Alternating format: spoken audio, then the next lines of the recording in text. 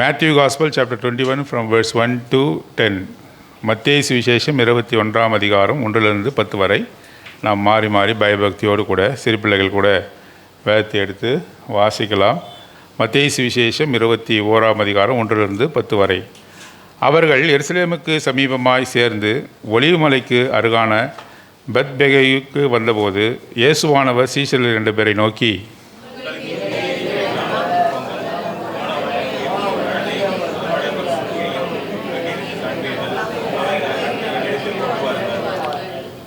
ஒருவன் உங்களுக்கு ஏதாயிலும் சொன்னால் இவைகள் ஆண்டவருக்கு வேண்டும் என்று சொல்லுங்கள், உடனே அவைகளை அனுப்பிவிடுவான் என்று சொல்லி அவர்களை அனுப்பினார்.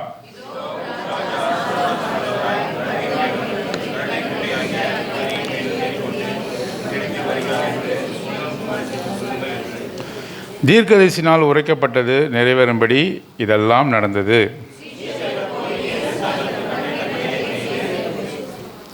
கழுதையும் குட்டியையும் கொண்டு வந்து அவைகள் மேல் தங்கள் வஸ்திரங்களை போட்டு அவரை ஏற்றினார்கள்.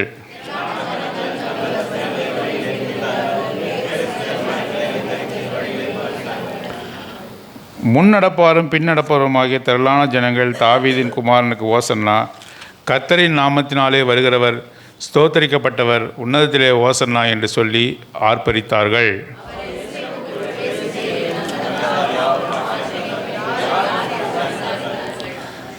தேவன் தாமே இந்த வசனத்தை ஆசீர்வதித்து நம் அனைவரோடும் கூட பேசுவாராக. இன்றைய தினம் குருத்தோலை ஞாயிறு, குருத்தோலை ஞாயிறு என்று சொல்லி அநேக கிறிஸ்துவ சபையினரால் அங்கே பின்பற்றப்படுகிறது. நீங்கள் பார்த்துருப்பீங்க. காலையில் வரும்போது கூட நாங்கள் பார்த்தோம், அந்த தென்னங்குருத்தோலைகளை பிடித்து கொண்டு சபையார் அனைவரும் போகிறதெல்லாம் நம்ம பார்த்தோம் இல்லையா, குருத்தோலை ஞாயிறு. ஆகவே இந்த குருத்தோலை ஞாயிறு என்று கொண்டாடுகிறார்கள். அதனுடைய அர்த்தம் என்னவென்று அவர்களுக்கு தெரியாமல் அவர்கள் என்ன செய்கிறாங்க, அதை ஆசரிக்கிறார்கள். ஆனாலும் கூட அதனுடைய அர்த்தம் என்ன என்பதை அறிந்து கொண்டு நாமும் கூட கர்த்தரை துதிப்போம். பாருங்கள், அவர்கள் எருசலேமுக்கு சமீபமாய் ஒலிவ மலைக்கு அருகான பெத்பகேயு வந்தபொழுது இயேசுவானவர் சீஷர்கள் 2 பேரை நோக்கி என்று வாசிக்கிறோம். இதுதான் கடைசி பிரயாணம். எருசலேமுக்கு அநேக முறை அவர் சென்றிருக்கிறார். தேவாலயத்தில் நுழைந்து பல காரியங்களை செய்திருக்கிறார். எருசலேமில் அநேகருக்கு அவர் என்ன செய்திருக்கிறார்னு சொன்னால், பிரசங்கம் செய்திருக்கிறார். அநேக வியாதியஸ்தரை குணப்படுத்தியிருக்கிறார். ஆனால் இந்த சமயம் எந்த விதமான சமயம் என்று பார்க்கும்பொழுது இதுதான் கடைசியான பயணம். அவருடைய this is the last journey of our Lord Jesus Christ to Jerusalem to be crucified. அவர் மரிக்கும்படியாக, சிலுவையில் ஒப்பு கொடுக்கும்படியாக கடைசியாக அவர் எருசலேமுக்கு போகிறார். பெத்பகேயு, பெத்தானியா போன்ற வழியில் அவர் போகிறார். அது ஒலிவ மலைக்கு அருகாமையிலே இருக்கிறது என்று சொல்லி பார்க்கிறோம். அப்படி அவர் எருசலேமுக்கு அவர் நெருங்கி வரும்பொழுது அவருடைய சீஷரில் 2 பேரை நோக்கி, சீஷருடைய பெயர் சொல்லப்படவில்லை. அநேக சமயங்களில் சீஷருடைய பெயரை சொல்லுவார். இந்த இடத்துல 2 பேரை என்று மாத்திரம் போடப்பட்டிருக்கிறது. அவருடைய பெயர் சொல்லப்படவில்லை. நீங்கள் என்ன செய்யுங்கள் என்று சொன்னால், நீங்கள் ஒரு கிராமத்துக்கு போங்க, அங்கே ஒரு கழுதையும் அதனுடைய கூட ஒரு குட்டியும் கட்டியிருக்க காண்பீர்கள், அவைகளை அவிழ்த்து கொண்டு என்னிடத்தில் வாருங்கள் என்று சொன்னார். நீங்கள் போங்க, அந்த கிராமத்திற்கு போங்க. அந்த கிராமத்தில் அது பிரதான தெருவாக ஸ்ட்ரெயிட் வே என்று ஆங்கிலத்தில் போடப்பட்டிருக்கிறது. பிரதான தெருவிலே அது கட்டப்பட்டு இருக்கும். அந்த கழுதையானது கட்டப்பட்ட கழுதை, அதனுடைய குட்டியும் இருக்கும். ஆகவே கட்டப்பட்ட வண்ணமாக இருக்கக்கூடிய அந்த கழுதையை அவிழ்த்து கொண்டு வாருங்கள் என்று சொல்லுகிறார். இந்த இடத்துல நாம் இந்த குருத்தோலை ஞாயிறு என்று சொல்லக்கூடிய இந்த ஞாயிற்றுக்கிழமையில் இந்த கழுதையை குறித்து நாம் தியானித்து ஆண்டவரை நாம் ஆராதிக்க போகிறோம். கழுதையை குறித்து நாம் தியானித்து ஆண்டவரை ஆராதிக்க போகிறோம். பாருங்கள், ஒரு சில இன்சிடெண்ட் என்று சொல்லக்கூடிய ஆண்டவர் இயேசு கிறிஸ்துவானவர் இந்த உலகத்தில் இருந்தபொழுது நடந்த சம்பவங்கள் ஒரு சில காஸ்பலில் மாத்திரம் குறிப்பிடப்பட்டிருக்கிறது, ஒரு சில சுவிசேஷங்களில் மாத்திரம் குறிப்பிடப்பட்டிருக்கிறது. ஆனால் இந்த சம்பவமானது இந்த 4 சுவிசேஷத்திலுமே சொல்லப்பட்டிருக்கிறது. இந்த சம்பவம் இது மிக முக்கியமான சம்பவமாக இருக்கிறபடியால் இந்த 4 சுவிசேஷத்திலையும் சொல்லப்பட்டிருக்கிறது. வாசிக்க வேண்டிய அவசியமில்லை. மத்தேயு சுவிசேஷம் 21, மார்க்கு சுவிசேஷம் 11, லூக்கா சுவிசேஷம் 19வது அதிகாரம் மற்றும் யோவான் சுவிசேஷம் 12ஆம் அதிகாரம். இதெல்லாம் இந்த சம்பவத்தை குறித்து மிக தெளிவாக சொல்லப்பட்டிருக்கிறது. ஒரு சுவிசேஷத்தில் சொல்லப்படாத காரியங்கள் கூட இன்னொரு சுவிசேஷத்தில் சொல்லப்பட்டிருக்கிறது. ஒரு சில சுவிசேஷங்களில் அந்த கழுதையை மாத்திரம் சொல்லப்பட்டிருக்கிறது. மத்தேயு சுவிசேஷத்தில் மிக விரிவாக கழுதையினுடைய குட்டியும் சொல்லியிருக்கு. கழுதையை மாத்திரம் சொல்லப்பட்டிருக்கிறது ஒரு சுவிசேஷத்தில். ஆனால் இந்த மத்தேயு சுவிசேஷத்தில் கழுதையினுடைய குட்டியும் என்று சொல்லப்பட்டிருக்கிறது.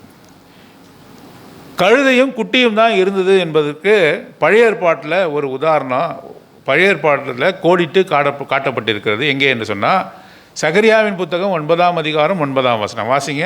Book of Zechariah chapter 9 verse 9 வாசிங்க. குமாரத்தியே கலிக்கூறு, கம்பீரி,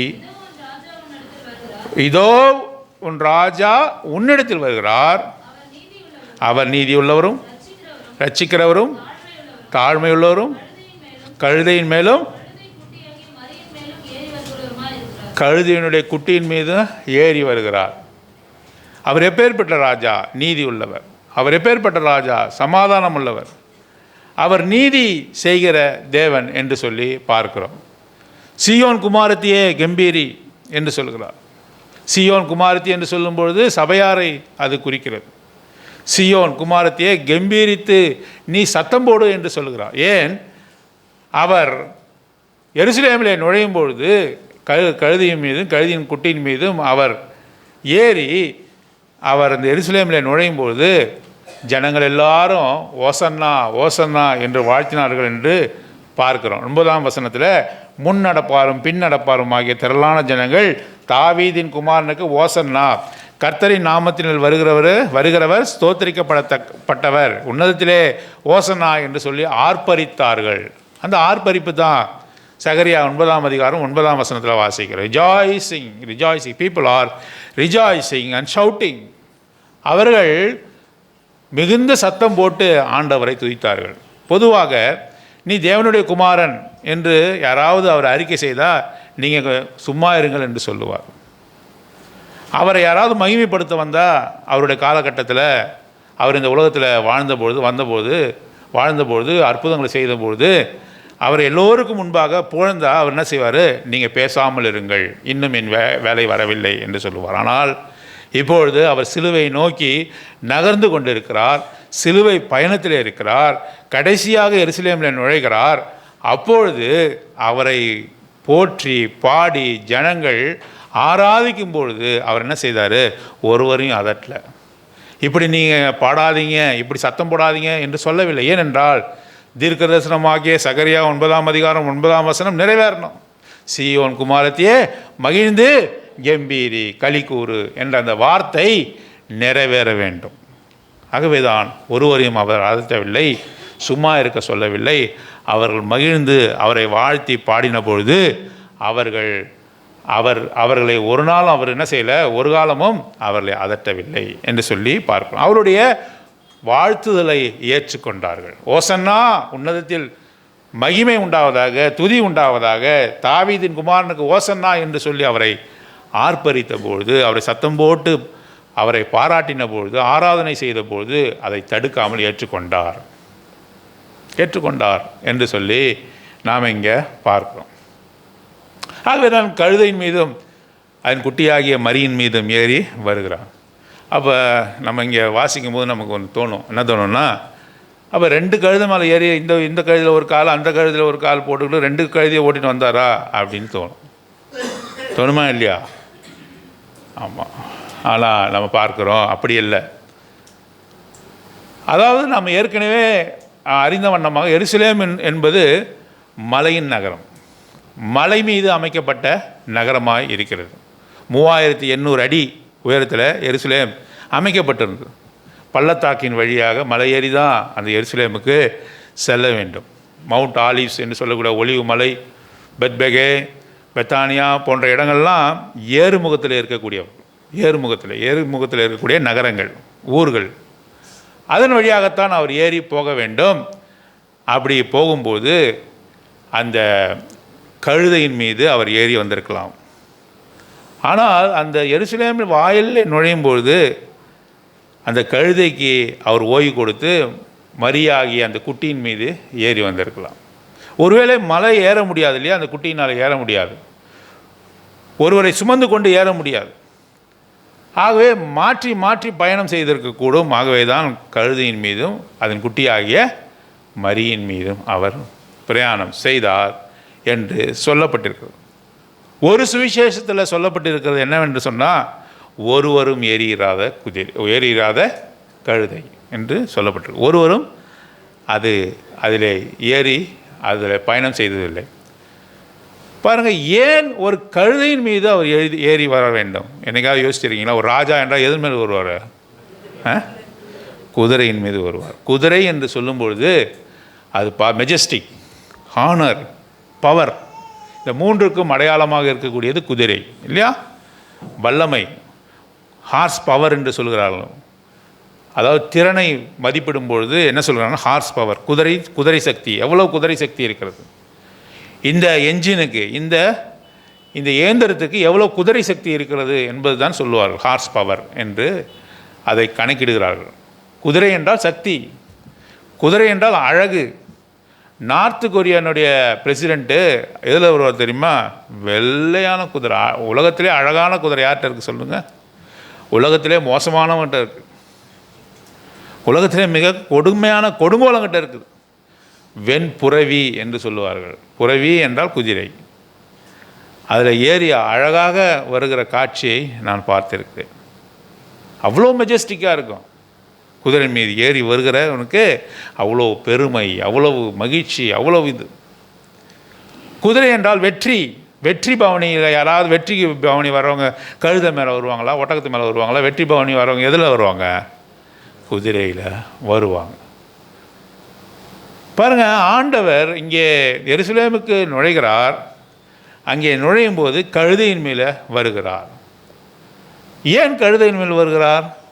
அப்போ இவங்கெல்லாம் பாடுறாங்க இல்லையா, இவங்க பாடுறாங்க, என்ன பண்ணுறாங்க? ஓசன்னா என்று சொல்லும்போது அவர்கள் வஞ்ச புகழ்ச்சியாக பாடவில்லை, பரியாசம் பண்ணும் விதமாக பாடவில்லை. பரியாசம் பண்ணார்கள் எப்பொழுதுனா சிலுவையில் இருக்கும்பொழுது.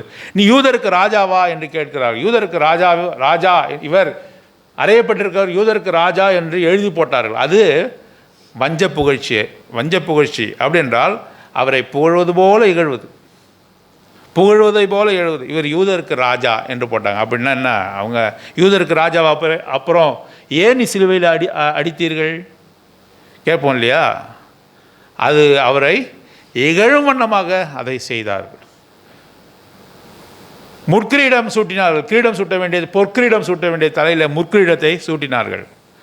அவரை இகழ்ந்தார்கள், அவரை தாழ்த்தினார்கள். அதற்காக அப்படிப்பட்ட முட்களினாலே பின்னப்பட்ட ஒரு கிரீடத்தை அவர் தலையில் வைத்து கோலால் அடித்தார்கள். ஏன் இந்த ராஜா கழுதையின் மீது வருகிறார்? அப்பொழுது அவர்கள் ஓசன்னா என்று உண்மையாகத்தான் பாடினார்கள். உண்மைதான். ஏன் என்று சொன்னால், இஸ்ரவேல் ராஜாக்கள் கழுதையின் மீது வருவது வழக்கம். தெரிஞ்சுக்கொள்ளுங்க, தாழ்மை கிடையாது, வழக்கம். 1 ராஜாக்கள் 1ஆம் அதிகாரம் 33வது வசனம் வாசிங்க. 1 ராஜாக்கள் 1ஆம் அதிகாரம் 33வது வசனம்.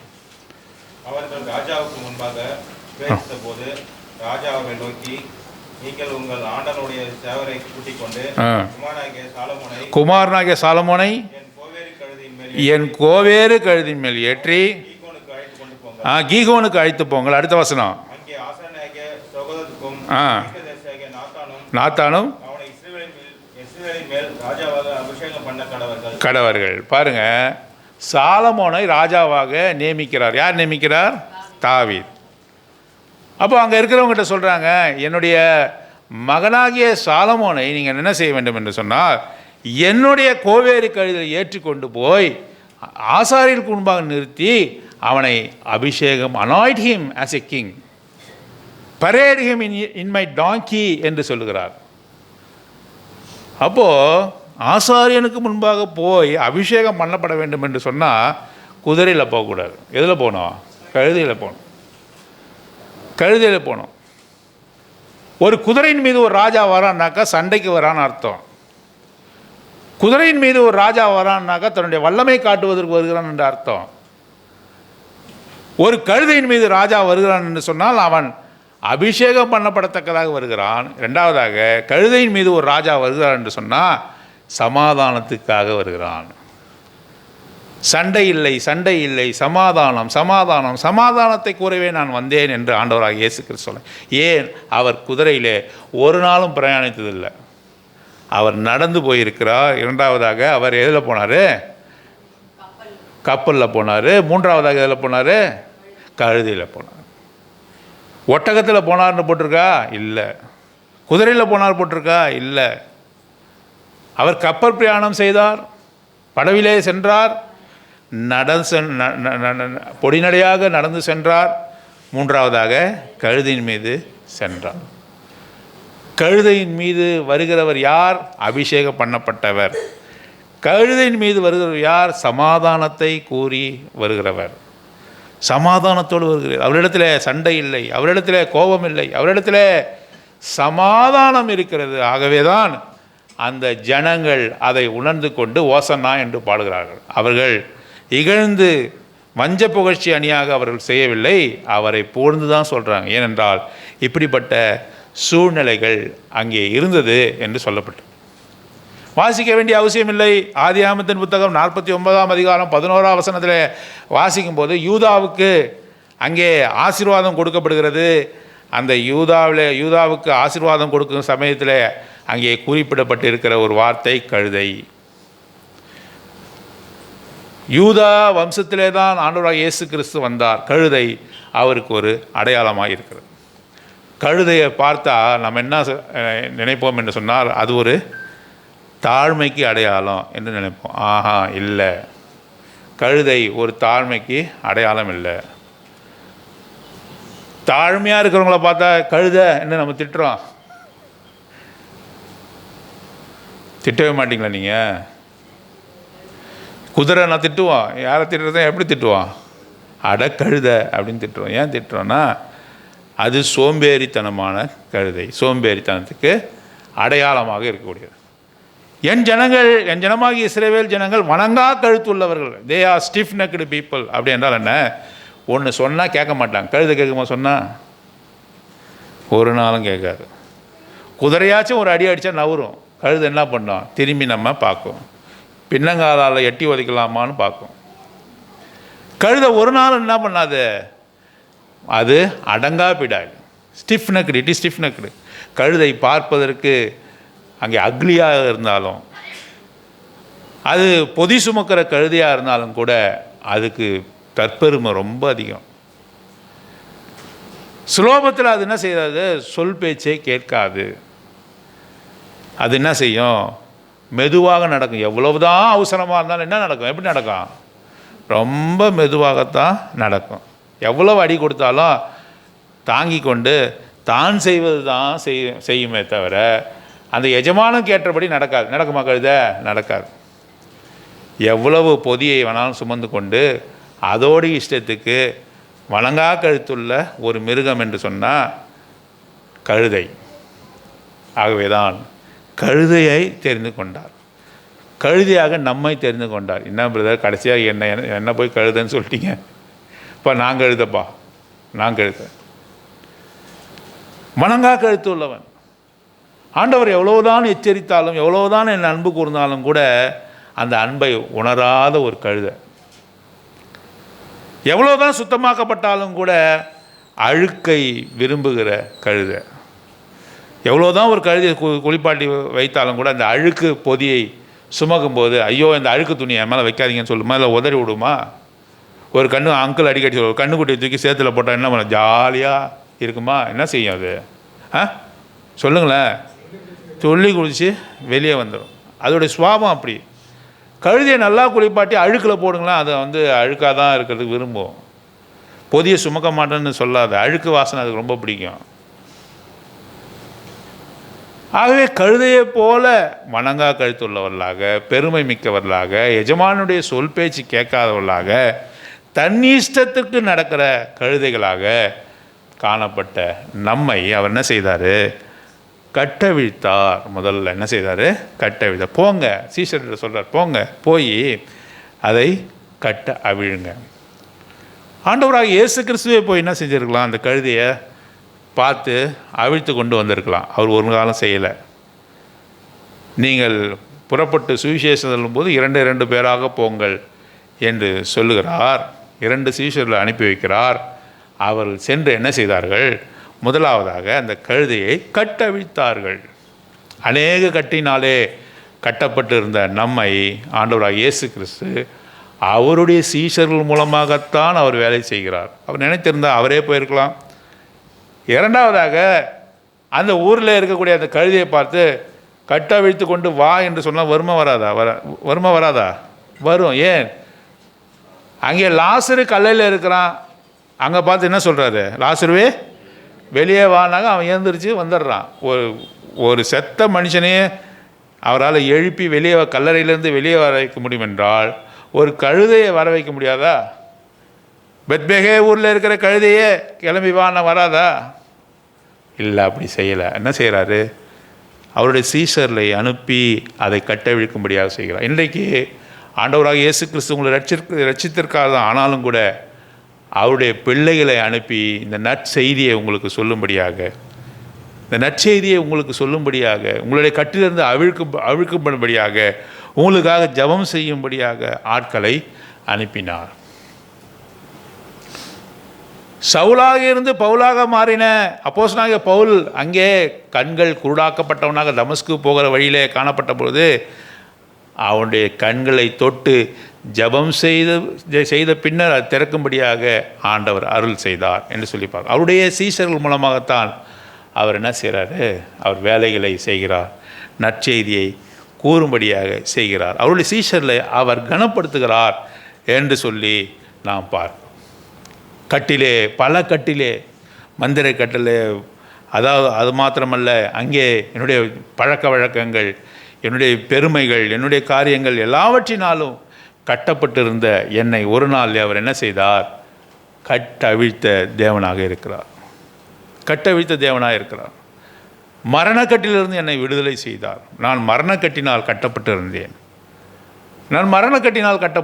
மரணத்துக்கும் பாதாளத்துக்கும் நேராக விரைந்து கொண்டிருந்த என்னை அவர் கட்டவிழ்த்து இப்போது ஒரு கயிறுனாலே கட்டினார். அந்த கயிறு பேர் என்ன? அப்பா, நல்லா தெரிஞ்சு வச்சுருக்கீங்க. அங்கிள் இப்போ ஏதாவது கேட்டாக்க பதில் சொல்லுனா பார்த்தியான்றார்ல, அதுமாதிரி நான் என்ன பண்ண போகிறேன்? உங்களை பாராட்டி சொல்ல போகிறேன். அன்பின் கட்டினால், கார்ட்ஸ் ஆஃப் லவ் என்று சொல்லி பார்க்கிறோம். He binds with the cords of love. அன்பின் கட்டினாலே நம்மை அவர் கட்டி இருக்கிறார். மரணக்கட்டை அவிழ்த்து அன்பின் கட்டினாலே நம்மை அவர் கட்டினார் என்று சொல்லி பார்ப்போம். ஆகவே அதனோடு கூட குட்டியும் கட்டியிருக்க காண்பீர்கள், அவைகளை அவிழ்த்து கொண்டு என்னிடத்தில் கொண்டு வாருங்கள் என்று சொன்னார். பாருங்கள், அப்போது அவங்க போகிறாங்க. அந்த ஒரு மனுஷன் கேட்குறான், எதற்காக இந்த குதிரையை, இந்த கழுதையை அவிழ்க்கிறீர்கள் என்று கேட்கும்பொழுது அவர் சொல்லுகிறார், இது ஆண்டவருக்கு வேண்டும் என்று சொன்னார்கள். அப்பொழுது அவர் என்ன செய்தார்? அதை அனுப்பிவிடுவான் என்று சொல்லி அவர்களை அனுப்பினார். அதே போல் அங்கே போனார்கள். அங்கே ஒருவன் கேட்டான். அப்பொழுது அவனுக்கு பதில் என்ன? அவர் காசு கொடுத்து வாங்கினாங்களா? இல்லை. அந்த கழுதையை யாருடைய கழுதைகள்? அந்த பைகள் அந்த மனுஷனுடைய கழுதைகளாக இருந்தாலும் கூட இது ஆண்டவருக்கு வேண்டும். பிசாசினிடத்தில் ஆண்டவர் நம்மை மீட்டு கொண்டார். அப்பொழுது இவர்கள் எனக்குரியவர்கள், இவர்கள் என் ஜனங்கள் என்று சொல்லி நம்மை அவர் மீட்டு கொண்டார். பொருளை போல தம்மை ஒப்பு கொடுத்து அவர் நம்மை மீட்டு கொண்டார். இவைகள் ஆண்டவருக்கு வேண்டும். நாம் எல்லாம் யாருக்கு வேண்டும்? சத்தமாக சொல்லணும், நம்ம யாருக்கு வேண்டும்? ஆண்டவருடைய பிள்ளைங்க, ஆண்டவருக்கு வேண்டும். பார்வோனுக்கு முன்பாக மோசே நின்று சொன்ன ஒரு வார்த்தை என்ன தெரியுமா? இவர்கள் என் ஜனங்கள், இவர்கள் ஜனங்கள், அப்புறம் என் பிள்ளைகள்லாம் இல்லை, இவர்கள் என் ஜனங்கள், எனக்கு ஆராதனை செய்யும்படியாக இவர்களை போக விடுங்கள். முதல்ல இவர்கள் என் ஜனங்கள், எனக்கு ஆராதனை செய்யும்படியாக இவர்களை போக விடுங்கள். நம்முடைய மெயின் பர்பஸ், நம்முடைய இந்த உலகத்தில் நமக்கு ஜீவனை கொடுத்துருக்கிற ஒரே நோக்கம் என்ன தெரியுமா? எதற்காக? நல்லா சாப்பிட்றதுக்கா? 3 வேளைக்கும் வீடு வாசலில் கட்டிக்கிட்டு கொண்டு பிள்ளை பேர்லாம் பெற்றுக்கொண்டு நல்லா சுகமாக வாழ்வதற்கா? அதெல்லாம் கொடுக்குறாரு தான். ஆனாலும் நம்மை ரட்சித்ததற்கான நோக்கம் என்ன தெரியுமா? நாம் அவரை ஆராதனை செய்ய முடியும். 400 வருஷங்களாக இருந்த அந்த ஜனங்களை ஏன் மீட்டார் என்று சொன்னால், அவர்கள் அவரை ஆராதிக்கும்படியாக. எவ்வளோ ஆராதனை, எவ்வளோ முக்கியமான விஷயம் பாருங்கள். அவரை ஆராதிக்கும்படியாக, தன் சொந்த ஜனங்கள் தன்னை ஆராதிக்கும்படியாக அவர்களை மீட்டெடுத்தார். நம்ம ஏன் மீட்டெடுத்தார்? சிலுவிலே ரத்தத்தை சிந்தி நம்ம ஏன் மீட்டெடுத்தார் என்று சொன்னால், நாம் அவரை ஆராதிக்க வேண்டும். ஆராதனை எவ்வளோ பெரிய காரியம் பாருங்கள். அவர் புகழை சொல்ல வேண்டும், அவருக்கு நன்றியை தெரிவிக்க வேண்டும். அதற்காகத்தான் நம்மை அவர் தெரிந்து கொண்டார் என்று பார்க்கிறோம். 4ஆம் வசனம், இதோ உன் ராஜா சாந்த குணமுள்ளவரா. எப்படி வராரு? எருசலேமுக்கு எப்படி வந்தார்? With all meekness. அவர் சாந்த குணமுள்ளவர். எருசலேமிலே அவர் நுழைந்தபோது கழுதையின் மீது, அதனுடைய குட்டியாகிய மரியின் மீது வந்தார். சாந்த குணமுள்ளவராக வந்தார். Meek, with all the meekness he came. அவர் யாரும் என்ன செய்யலை? வையப்படும் போது பதில் வையாப்படும். துன்பப்படும் போது அவர் மற்றவங்களை துன்புறுத்தாமல், பயமுறுத்தாமல். அவர் துன்பப்படும் போது மற்றவர்களை பயமுறுத்தலை. With all the meekness he entered Jerusalem, the streets of Jerusalem. எருசலேம் வாசல்லே, எருசலேமினுடைய வீதியிலே அவர் நுழைந்தார் என்று சொல்லி பார்க்கணும். இதோ உன் ராஜா சாந்த குணமுள்ளவராய். அவர் யார் ராஜா? இஸ்ரவேலின் ராஜா இல்லை, அங்கே போடல. இஸ்ரவேலின் ராஜான்னு போடல, யூதாவின் ராஜான்னு போடல. யாரோட ராஜா அவர்? என் ராஜா. சொல்லுங்க, அவர் யாரு? அவர் என்னுடைய ராஜா. அவர் இஸ்ரவேலின் ராஜான்னு போட்டிருக்கலாம், போடலை. யூதாவின் ராஜா என்று போட்டிருக்கலாம், போடப்படலை.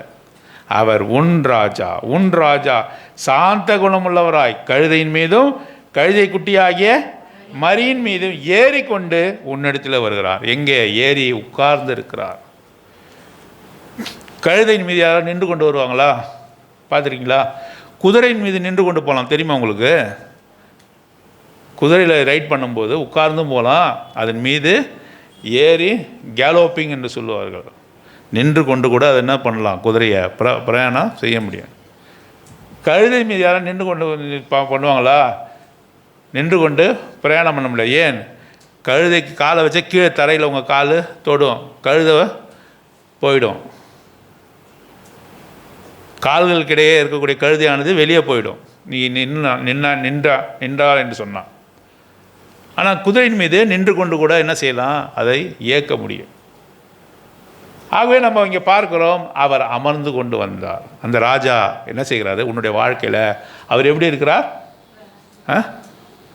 அமர்ந்து இருக்கிறார். அமர்ந்து இருப்பதற்கும் நின்று இருப்பதற்கும் வித்தியாசம் இருக்குது. ஒருவன் அமர்ந்து இருக்கிறார் என்று சொன்னால் ஈஸ் இன் ஃபுல் கண்ட்ரோல் என்று அர்த்தம். முழு ஆளுகையும் அவரிடத்தில் கொடுக்கப்பட்டிருக்கு. எல்லாவற்றையும் செய்து முடித்து பிதாவின் வலது பார்சத்தில் அவர் நின்று கொண்டு இருந்தார் என்ற போடப்பட்டிருக்கு. என்ன போடப்பட்டிருக்கு? அமர்ந்தார் என்று போடப்பட்டிருக்கு. எல்லாவற்றையும் செய்து முடித்தார். பிதாவின் வலது பார்சத்தில் அவர் அமர்ந்து. நாமும் கூட என்ன செய்ய போகிறோம்? அங்கே போய் நின்று கொண்டு இருக்க போகிறோமா? என்ன பண்ண போகிறோம்? அவரோடு கூட சிங்காசனங்களிலே ஆளுகை செய்ய போகிறோம். அமர்ந்து கொண்டு ஆளுகை செய்வோம். அமர்ந்த நிலை என்பது என்ன?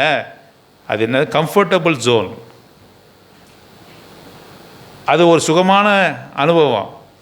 பஸ்ஸில் ஏறி போகும்போது நம்ம என்ன பார்க்குறோம்? ஏறின உடனே என்ன பார்க்குறோம்? முதல்ல மூட்டை முடிச்சுலாம் தூக்கி வச்சுட்டு எங்கே யாராவது எழுந்திருப்பாங்களா? ஏன் அப்படின்னு நினைக்கிறோம்? உட்காந்தா தான் கால் வலிக்கலன்னா கூட என்ன நினைக்கிறோம்? எங்கேயாச்சும் உட்காரணும்னு நினைக்கிறோம். ஏன்? உட்கார்ந்தா தான் ஸ்டெபிலிட்டி இருக்கும். ஸ்டெபிலிட்டின்னா என்ன? ஸ்திரத்தன்மை இருக்கும். ஆட மாட்டேன், அசைய மாட்டேன். நின்று கொண்டு போனால் ஒரு பிரேக் அடித்தா எங்கே போடணும்? ஆகவே உட்கார்ந்து கொண்டு போகும்போது ஒரு நம்பிக்கை, ஒரு ஸ்திரத்தன்மை, ஒரு தன்னம்பிக்கை எல்லாமே உட்கார்ந்த நிலையில் ஏற்படுகிறது. ஆகவே தான் அவர் கழுதையின் மீது அமர்ந்து கொண்டு வந்தார் என்று சொல்லி போடப்பட்ட கழுதை குட்டியாக மரியின் மேல் ஏறிக்கொண்டு உன்னிடத்தில் வருகிறார். உன்னிடத்தில் வருகிறார். ஆகவே உன்னுடைய அந்த கழுதியின் மீது ஆட்சி செய்கிறார். என் மீது அவர் ஆட்சி செய்கிறார். அவர் என்னுடைய உள்ளத்தை நிறைத்து இருக்கிறார், நிரம்ப இருக்கிறார், முழுவதுமாக என்னை பொறுப்பெடுத்து கொண்டிருக்கிறார். நான் எப்படி சொல்ல வேண்டும் என்று சொல்லி அவர் என்னை வழிநடத்துகிறார். இப்பொழுது கர்த்தாதி கர்த்தர் அந்த கழுதியின் மீது உட்கார்ந்திருக்கிறார். அந்த கழுதியோட நிலைமை பாருங்கள். அது தன்னுடைய இஷ்டத்துக்கு போக முடியுமா? போக முடியாது. இப்போ அந்த கழுதை மெதுவாகத்தான் போகும், அதோட சுபாவம் அப்படி தான். ஆனாலும் ஆண்டவர் ஒரு நாள் அதை என்ன பண்ணல, விரட்டலை. அது மெதுவாக போகும்போது அதோடு கூட வந்தார். அது எந்த திசையில் பிரயாணப்பட வேண்டும் என்பதை அவர் சொன்னார். அதன் பிரகாரமாக அது பிரயாணித்தது, அது நடந்து போனது, அது மெதுவாக போனது. அப்போது அது பாதங்கள் அடியில் என்ன விரிக்கப்பட்டிருந்தது? கம்பளங்கள் விரிக்கப்பட்டிருந்தது, ஓலைகள் தரிக்கப்பட்டு அதில் அங்கே போடப்பட்டிருந்தது, வஸ்திரங்கள் அங்கே அதனுடைய காலுக்கீழாக இருந்தது. எப்பயாவது அதை நினச்சி பார்க்க கொடுத்துருக்குமா? கழுதை எதில் போவோம்? எதிர் மீது நடந்து போவோம்?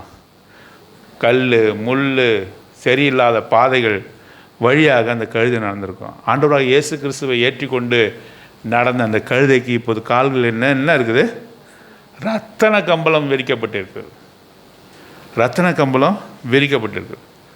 பாருங்களேன், ஏதாவது ஒரு நாட்டின் அதிபதி இன்னொரு நாட்டுக்கு போகும்போது அந்த பிளெயின்லேருந்து இறங்கும் போது பாருங்கள், அந்த தரை தான் இருக்கும், நல்லா ஸ்மூத்தான தரை தான், சமனான ஒரு தரை தான். ஆனாலும் கூட அதன் மீது கம்பளம் விரிக்கப்பட்டிருக்கும். அது எப்படிப்பட்ட கம்பளம்? ரெட் கார்பெட், சிகப்பு நிறத்தில் விரிக்கப்பட்டிருக்கும். அதிலே அந்த வந்தவர் நடக்கும்படியாக செய்வார்கள். இப்பொழுது இந்த கழுதை நடந்து கொண்டிருக்கிறது. அது கீழாக வஸ்திரங்கள், ஓலைகள் விரித்து அதுக்கு ஆண்டவரை தன் மீது ஏற்றி கொண்டிருக்க அந்த கழுதைக்கும் அங்கே மதிப்பு செய்யப்பட்டது. அதற்குரிய கணத்தை ஜனங்கள் கொடுத்தார்கள். நமக்கு எப்போது கணம் வரும்? நம்ம எப்பொழுது மற்றவர்கள் ஏற்றுக்கொள்வார்கள்? ஆண்டவராக இயேசு கிறிஸ்துவை நீ உள்ளத்தில் ஏற்றுக்கொண்டிருக்கும்பொழுது தான் உனக்குரிய மரியாதை அவர்கள் தருவார். கர்த்தருடைய பிள்ளை என்ற அந்த மதிப்பு இருக்கும்போது தான் நீ எல்லாராலையுமே என்ன செய்யப்படுவாய்? புகழப்படுவாய். கர்த்தருடைய புகழ்ச்சி உனக்கு கொடுக்கப்படும். நீ ஆண்டவரை விடுத்து நீ நடக்கும்பொழுது அவ்விதமான புகழ்ச்சி. ஒரு நாள் கழுத அதே தெருவில் மறுநாள் நடந்து போனாக்கா அதேமாதிரி கம்பளம் விரிப்பாங்களா? ஆண்டவர் இல்லாமல் போனாக்கா விரிக்க மாட்டாங்க, ஒருவரும் செய்ய மாட்டாங்க. ஆண்டவரினால் அந்த கழுதைக்கு எல்லா விதமான அனுகூலமும் அங்கே கிடைத்தது என்று சொல்லுவோம். பார்ப்போம். இப்பொழுது அவர்கள் பாடினார்கள். அந்த பாட்டெல்லாம் இனிமையாக அந்த கழுதைக்கு கேட்குதான். இதுவரை அந்த கழுதைக்கு என்ன கேட்டிருக்கான்? எஜமான நல்ல சொல்லி அந்த கழுதை திட்டிருப்பார், பேசியிருப்பார். எவ்வளோ வசைப்பாட்டை அந்த கழுதை கேட்டிருக்கும், எவ்வளோ அநியாயமான கடுஞ்சொற்களை அந்த கழுதை கேட்டிருக்கு. இன்றைக்கு அதோடைய காதுகளில் விழுகிற எல்லா சத்தமும் எப்படிப்பட்ட சத்தம்? ஓசன்னா ஓசன்னா என்ற பாடல் சத்தம், ஆர்ப்பரிப்பின் சத்தம் அந்த கழுதைக்கு கேட்டது என்று சொல்லிப்பார். ஆகவே யாரெல்லாம் கழுதியாக இருக்க விரும்புகிறீங்க? யாருமே இல்லை, கைத்துக்கும். யாரெல்லாம் குதிரையாக இருக்க விரும்புகிறீங்க? நான் குதிரையாக இருக்க விரும்பலை, நான் கழுதியாக இருக்க விரும்புகிறேன். எருசலேமுக்கு அவர் நுழையும் போது அங்கே வார்த்தையை நம்ம பார்க்குறோம். உன் ராஜா சாந்த குணமுள்ளவராக வருகிறார் என்ற வார்த்தை. திரும்ப எருசலேமுக்கு வரப்போகிறாரு, சாந்த குணமுள்ளவராக வரப்போகிறாரு? இல்லை. வெளிப்படுத்தின விசேஷத்தில் வாசிக்கிறோம், அவர் குதிரையின் மீது வருகிறார். அவர்களுடைய 2ஆம் வருகையிலே அவரை பார்க்கும்பொழுது நாம் கழுதையின் மீது பார்க்க மாட்டோம், வெண் குதிரையின் மீது அவர் வருவார். ஒயிட் ஹார்ஸ் என்று போடப்பட்டிருக்கு. கழுதையின் மீது அமர்ந்து வருவர் அல்ல, நம்மை நியாயந்திருக்கும்படியாக, ஆக்கினையை கொடுக்கும்படியாக குதிரையின் மீது அவர் வரப்போகிறார் என்று சொல்லி அங்கே நம்ம பார்க்கிறோம். அவரை அப்படியாக நாம் எதிர்கொள்ள வேண்டும் என்று சொன்னால் முதல்ல சாந்த குணமுள்ளவராய் நம்ம இடத்துல வரும்போதே அவரை நாம் என்ன செய்யணும்? ஏற்றுக்கொண்டு, ஓசன்னா, ஆண்டவரே எங்களுக்காக நீர் வந்தீரே, சாந்த குணமுள்ளவராய் வந்தீரே, இரக்க குணமுள்ளவராய் வந்தீரே, கழுதையை போன்று நான் அடங்காதவனாக காணப்பட்டேனே, என்னுடைய பாவத்திலே உழன்று கொண்டிருந்தேனே, இந்த உலகத்தினுடைய இச்சையினாலே கவரப்பட்டு அதிலே நான் திளைத்திருந்த சமயத்திலே நீர்தாமே என்னிடத்திலே வந்தீர், என்னை கட்டவிழ்த்தீர், என் மீது ஏறி அமர்ந்து என்னை நல் பாதையிலே நடத்தினீரே என்று சொல்லி நாம் ஆராதிக்கலாமா? ஆகவே இந்த குறித்தோலன் ஞாயிறு என்று மற்றவர்கள் இதனுடைய அர்த்தங்களை புரியாமல் அவர்கள் சொல்லி கொண்டிருப்பார்கள். ஆனாலும் நமக்கு எவ்வளவு காரியத்தை ஆண்டவர் இன்றைக்கு நமக்கு சொல்லி கொடுத்துருப்பார். ஒரு நாளும் அதை மதிப்புடையதாக நினைக்காத இந்த மிருகத்தை ஆண்டவர் மதிப்பு மிக்கதாக மாற்றினார். எப்பொழுது அவர் அதை ஏறி அமர்ந்து பிரயாணம் செய்யும்பொழுது அது மதிப்பு மிக்கதாக மாறுகிறது. அவருக்கு கிடைக்கிற மரியாதை நமக்கும் கூட கிடைக்கும்படியாக அவர் செய்தார். அப்பேற்பட்ட தேவனை நாம் ஆராதித்து நாம் மகிழலாம்.